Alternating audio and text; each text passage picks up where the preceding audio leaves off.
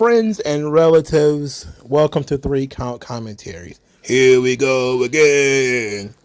The wrestling media, once again, makes a big deal out of CM Punk. This time, it is Wade Keller. That's right, Wade Keller. You ain't heard that name in a long time, have you? So Wade Keller decided to weigh in on CM Punk and AEW and say that a lot of the wrestlers on the roster don't want him back. This drops literally hours before Jon Moxley responds to the CM Punk Instagram post in which he kind of buried AEW and dismissed CM Punk. So we got to talk about it all. We gotta get into it again. So Wade Keller, apparently via Wrestling Torch VIP, which is a paywall, did a 30-minute analysis of the AEW CM Punk situation. But there are summaries floating around the internet. Let's find some of them and discuss them. One of them actually is on the PW Torch website. It goes, quote, "The sentiment is he is not welcome back. The wrestlers don't want him back. I go far as to say that my sources are saying the vast majority of wrestlers don't want him back. One person said maybe one or two of the top third of the roster would want him back. And then there's some younger guys who liked him and just thought, hey, this is a guy I grew up watching and it's cool to have him around. The politics aren't terrible among the top guys. I mean, there is some tension between some of the top guys, but it's mostly Punk doesn't get along with Hangman. Punk doesn't get along with Moxley. Punk doesn't get along with Kenny. Punk doesn't get along with the Bucks. When you look at the power structure in AEW, it's not that everyone gets along in that group, but I haven't heard of anything real serious between the names that I just mentioned. But mostly there is a range of peaceful coexistence and really liking each other, and Punk is the exception to that right now. So him going off on Instagram like he did really hurt the chances of him coming back." So that is part of what the story that has been floating around out there for the last few hours. Another part of it is this. He says him going off on Instagram really hurt his chances of being welcomed back. One wrestler I talked to outright said, almost with a shoulder shrug, that it might not matter what the wrestlers think. If Tony Khan wants Punk back, then Punk might be brought back. And that is where there would be a real test of the relationship between Tony Khan and his wrestlers, his top stars, his top paid wrestlers. My sense is that there would be something greater than a strong pushback among top talent in AEW if Tony Khan were to bring Punk back. I think it would have been difficult before Punk said what he said on Instagram, and I think it's going to be much more difficult now. So Wade Keller continued on Twitter to kind of explain and flesh out what he was saying. And you think CM Punk set somebody's life on fire. Here's one of his tweets. This feels different than common locker room rivalries and personality differences. I wouldn't group what's going on in with Punk as particularly similar to other top stars who are unpopular with colleagues. This stands out due to Punk's lack of filter, social media amplification. Later, he says, I've talked to people who got along with Punk and hope things get worked out and aren't really political otherwise. He's not universally despised by any means. That said, even some of his supporters recalibrated their impression of him after his all-out Q&A comments. Later, he says, quote, my reporting is not framing Punk as, quote, Punk bad guy, everyone else angels. But make no mistake, a remarkably high percent of the top tier and others in management look at him differently than the younger wrestlers who look up to him and had good experiences with him so far. Later he says, quote, the perspective among some was that Punk walked in fresh off signing a contract bigger than theirs after taking 7 years off, cashing in on what they built and coming across as judgmental, undiplomatic, and above them. Did his criticism sting because they rang true? And he says there's something to that. There's resentment that Punk came across like he was going to point out minor league aspects of AEW's operations that he felt ought to be corrected after he observed things for a while.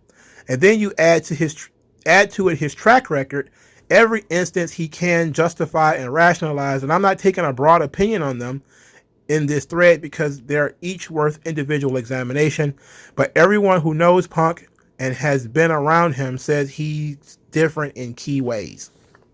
So there's a bit of jealousy there. Now that's really what jumps out at me. There's a bit of jealousy in so much as people are saying, hey, this guy's cashing in on all of our hard work. He's coming in here. Tony's prized pony. He's a new gem in the crown. And he's a very important gem. He is the one that everybody felt like they needed. He was the shot in the arm. He was the engine, the battery in AEW. He wasn't the heart and the soul, but by God, they got CM Punk, the one WWE let get away. And he got a fat contract, and he got some political power, and it didn't quite work out. There's too many cooks in the kitchen at that point. Everybody else was used to working with each other. Then Punk comes in, and he kind of stirs the pot a little bit. And nobody wanted that. Nobody wanted it. So, look, I'm always, again, on this channel, there's a lot of weasel words from Wade Keller, people that I spoke to, my sources, wrestlers said. It's a lot of gossip, a lot of BS, but I can understand it because we do know that AEW had a financial hiccup with MJF when he took all that time off because he wanted more money. And CM Punk likely broke the pay scale to a degree. And coming in and getting a big fat paycheck, other people was looking like, huh? It's my turn now. Which is typical of wrestling. And you saw it in WCW, it was the same exact thing. That's why Hall and Nash had that favorite nations thing in their contract where if somebody made more money than them, then they would get bumped up to that contract. It is pure jealousy. There were some people in the locker room, probably Jericho, who were jealous of how much money CM Punk was making, who felt like he was coming in to cash in on AEW's popularity without putting in any work, and that he was trying to change the show. And, hey, CM Punk said at his All Out, I'm trying to run a show here. I'm trying to run a company. He's one of the minds that Matt Hardy was talking about, that CM Punk was one of those minds that Tony Khan was listening to. And it was pretty clear that he was, because Dynamite was a very different show when CM Punk was on it. That part of the brown nosing that Cornette and Brian Last do is not untrue. It was a very different show when CM Punk was on it. And his segments were a lot more serious. They were a lot more logical. And I typically enjoyed his AEW work, even though I don't like the man. That being said, Jon Moxley, this guy gives his firsthand opinion of CM Punk and this entire situation, including the Instagram post, and having in the most appropriate way possible by having a sit down with his wife. So he decided to give his wife the views, not any wrestling journalist and not Twitter. Very smart guy. So Jon Moxley responded to CM Punk basically saying that he wouldn't do the job for him by going off kind of lightly on Renee Paquette's podcast. He says, quote, "There is nothing that has unfolded. It's fucking annoying. Just because somebody says some stupid shit on social media, that's not news. But it is, and it ends up being a thing. I don't want to get dragged into this dumb shit. I could fucking unload on a lot of fucking people right now. When I start getting dragged into this shit, it tempts me to do that. But I'm not going to sink to this fucking level. I will say this. I'm going to give you a tidbit of information from my point of view. The entire summer, I was not under contract. No contract. Free agent. I was at SummerSlam weekend wrestling El Desperado and shit. I could have walked into SummerSlam that night with the AEW belt, had I been so inclined. Nobody knew that because I didn't put my shit out there in the world and let everybody know everything about my business. I was not under contract. The reason being, if you're curious, because I just got out of rehab, my contract was coming up. They extended it for the time that I missed. Cool. I'm glad they did because I didn't want to feel like I owed them anything. They extended it. It was coming up. They were talking to me about it. The last thing I wanted to do when I got out of rehab because all they were telling me was logic would tell you don't go back to wrestling because you're going to fall into the same old habits. I wanted to ease back into it and see what life was like on the other side. The last thing I wanted to do was hurry up and sign a big long-term commitment. What if shit started going off the rails? I was like, actually being sober is awesome. I'm having so much fun. I was working with my friends. They're talking to me about signing a new contract. If everything stays exactly like it is right now, I'll be here forever. You can pay me in cash in an envelope at the end of the night. I don't give a fuck. But I can't tell you what I'm going to feel like in 6 months, especially not 3 or 5 years. Once I make a commitment, then I will push through injuries and push myself too hard, and I will do all these things that add up and lead you down that road. I was not in a hurry to make any kind of grand commitments at first. That being said, during this time, the night what's his dick CM Punk is talking about in Minneapolis, the night he came back and was hopping around on one foot, bumping around the Jericho Appreciation Society after me and Chris Jericho wrestled. We're talking later about stuff. Keep in mind, at this time, this is my whole point. I don't work here. For all intents and purposes, Tony is not my boss. I don't have to be in this room. I don't have to do shit. Even me being in this room and offering and agreeing to do a storyline that puts you over at the pay-per-view, if anything, I'm bending over backward for Tony Khan and for this dude and the company and everybody. I didn't have to. I didn't have to do shit. If anything, I was bending over backward. That's it. It's not even controversial. Wow. That's a lot. So Moxley tells his side of the story that basically he was being an asshole to CM Punk because he didn't have to be there. He's like, hey, I'm pitching this idea to help the company. I don't have to be here. You're the guy that's under contract, not me. I'm trying to help the company. You're worried about yourself. Yada, yada. So basically both of them are calling each other selfish. That's essentially what the story is. Punk is like, I'm injured. I can't work. Moxley's like, bro, I'm working, but I'm not supposed to be here. Like, technically, I don't work here. So let's do something and make it fun while I'm here. You know, do me a solid. I do you a solid. And, you know, Punk went out there and basically called him out. So that was very interesting. It's a very interesting situation that Moxley was the AEW World Champion with no contract. That's a sloppy shop right there. And you got to give the guy some credit that he was willing to continue to work there and be the world champion and nobody knew anything about it. You know, and Tony Khan let this happen. Like, he let this occur. He let Jon Moxley just wrestle pretty much anywhere without being under contract. That's very interesting. They make him the world champion too, and built a pay-per-view around a guy who wouldn't sign a long-term contract. That's a ballsy business deal right there, Tony. You put a lot of trust in Moxley. I'm pretty sure that's why, you know, he loves you so very much right now. So Moxley wasn't done though. Like, once he got started, he decided to take some shots at AEW too. And he says, it's never been the plan to build everything around me. The only time it was kind of like that was the pandemic happened and the whole world shut down. Does it get annoying to be like, you know, if you had just gone with me in the first place, we wouldn't have gone through this again? It kind of does. Also, I don't complain. I see the good in everything and I'm having so much fun and life is good. I don't want any negative bullshit. I will say this, and I hate to say it because I don't think I've ever said anything even remotely negative about AEW, but I will say this. As an observer, I spent 8 years on the indies, a couple years in WWE developmental, 8 years in WWE. I have never seen so much bullshit drama in one place in my entire fucking life. I hate to say that. I don't know if it's the age of social media. Shit gets blown out of proportion. One person types some stupid drunk tweet and all of a sudden it's all anybody wants to talk about. Wow. Later he says, let me be clear. The vast majority of people there don't cause any bullshit, but they're getting sucked down into the shit like everyone else, into the muck. There are plenty of people who just want to get better and perform and do this job. I'm not an official coach. I don't ever want to be a producer, an official producer. I don't want to wear a headset and write stuff down. I like being a coach, but I'm not an official coach. I can coach people that I think are worth it. I'll give time to anybody.